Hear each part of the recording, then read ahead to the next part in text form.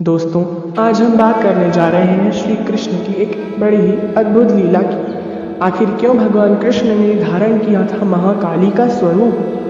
पर सबसे पहले मेरे चैनल को सब्सक्राइब कीजिए, शेयर कीजिए, ये वीडियो पसंद आए तो लाइक कीजिए और साथ ही कमेंट करना मत भूलिए। आपके कमेंट से मुझे बहुत ज़्यादा प्रोत्साहन मिलता है। धन्यवाद। दोस्तों, ये कहानी उस समय की है जब मनुष्य और अज्ञान व्यक्ति राधा को आयन की पत्नी समझते थे और ज्ञानवान और सिद्ध पुरुष राधा को कृष्ण के अतिरिक्त और किसी का नहीं मानते थे। ये राधा कृष्ण की लीला ही थी कि लोग राधा को आयन की पत्नी मानते थे। इसीलिए राधा बहू के रूप में अब आयन के घर में रहने लगी थी। सामान्य सासों की तरह जटिला, जो कि राधा की सास थी, वो भी यही सोचती थी कि राधा ज़्यादा अपने घर से ना निकले, किसी पर पुरुष से बात ना करे।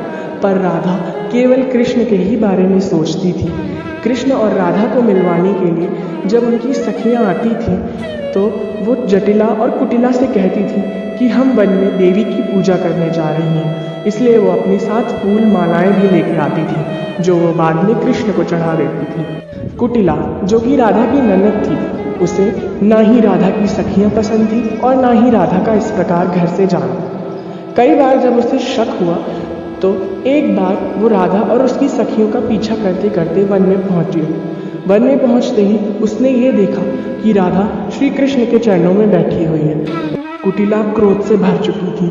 वो ये बात जल्द से जल्द अपने भाई और राधा के पति आयन या रायन से बताना चाहती थी। कुटिला ने आयन को बहुत भड़काया। हालांकि आयन की राधा पे आस्था और विश्वास दोनों ही बड़े अटूट थे, पर अपनी माँ और बहन के दबाव में आने के कारण आयन को राधा के पीछे जाना ही पड़ा।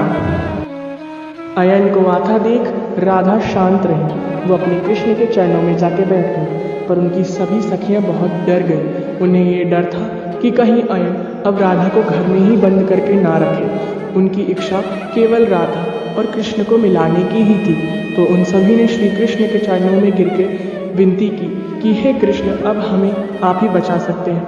कृपया कुछ ऐसी लीला कीजिए जिससे हम और राधा बच जाए। श्री कृष्ण ने अपनी गोपियों को शांत कराया और देखते ही देखते एक चमत्कार हुआ। श्री कृष्ण के सुंदर घुंघराले केश अब लंबे और जटा वाले हो गए। श्री कृष्ण का रंग तो वैसे ही काला था, पर उनकी सुंदर और प्रेम से भरे हुए नेत्रों में लाल रंग भर गया।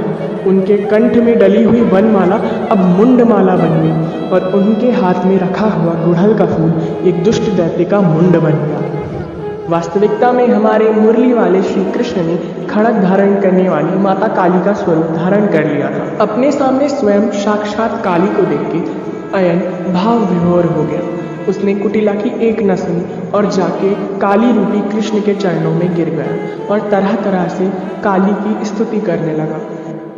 कुटिला ने आयन को खूब समझाया कि भाई याद करो, इस वन में देवी की कोई भी मूर्ति नहीं है और इस तरह तुम इस छलिए के पैरों में गिर के स्तुतिगान क्यों कर रहे हो। वास्तविकता में मित्रों, ये तो सोच और भक्ति का फर्क था। आयन के मन में भगवती काली के लिए भक्ति थी, इसलिए उसे कृष्ण में भी स्वयं काली ही दिख रही थी। पर कुटिला के मन में खोट था, इसलिए उसे ना ही भगवती काली दिखती और ना ही कृष्ण। इसी घटना के बाद से आयन ने कुटिला के ऊपर विश्वास करना भी छोड़ दिया और कृष्ण के उसी काली स्वरूप की आराधना करते हुए अपना शेष जीवन बिता दिया। दोस्तों, अगर ये कहानी आपको पसंद आई तो प्लीज़ मेरे चैनल को सब्सक्राइब कीजिए, साथ ही इस वीडियो को लाइक भी कीजिए, अपने दोस्तों के साथ शेयर भी कीजिए और बेल आइकन दबाना मत भूलिएगा। तब तक के लिए राधे राधे।